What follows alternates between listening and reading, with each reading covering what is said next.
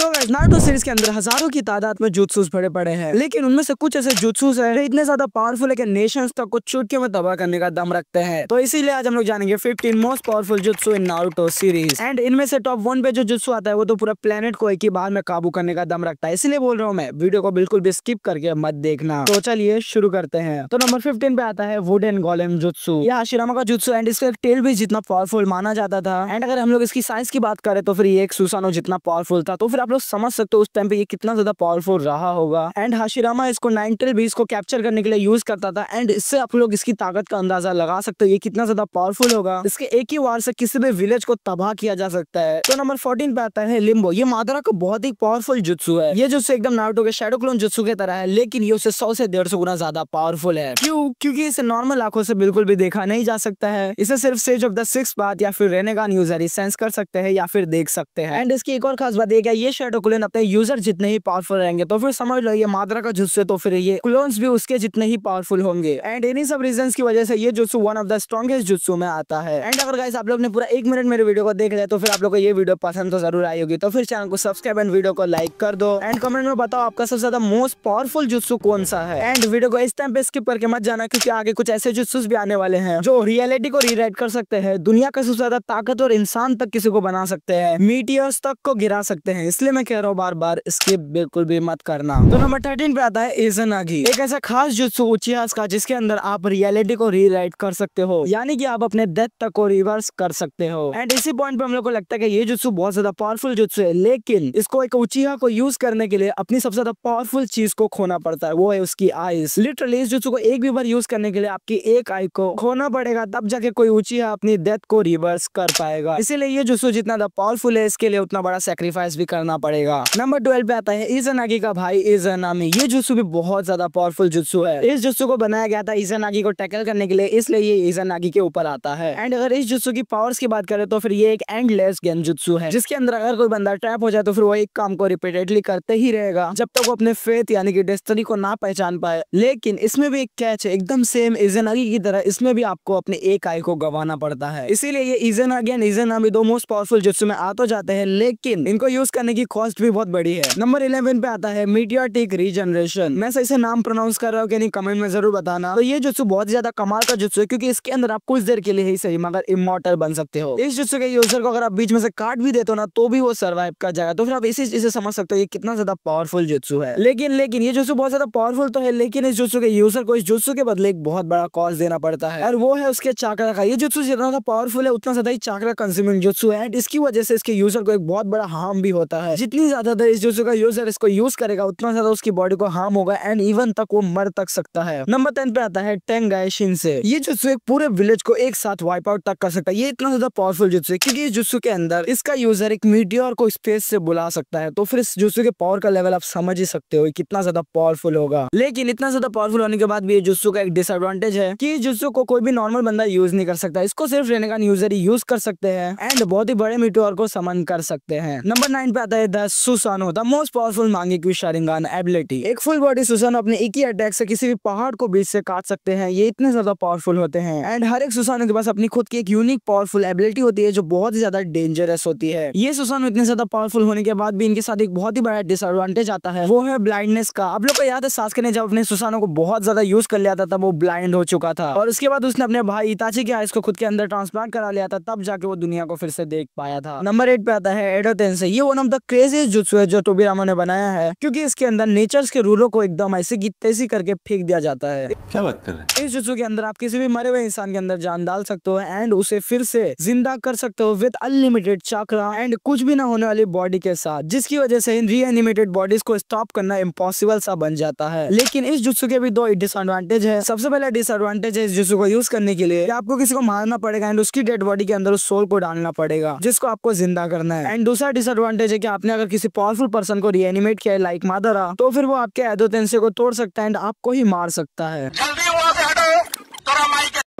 Number 7 पे आता है 8 गेट फॉर्मेशन। इस जुत्सु के बारे में मुझसे ज्यादा शायद आप लोगों को पता होगा।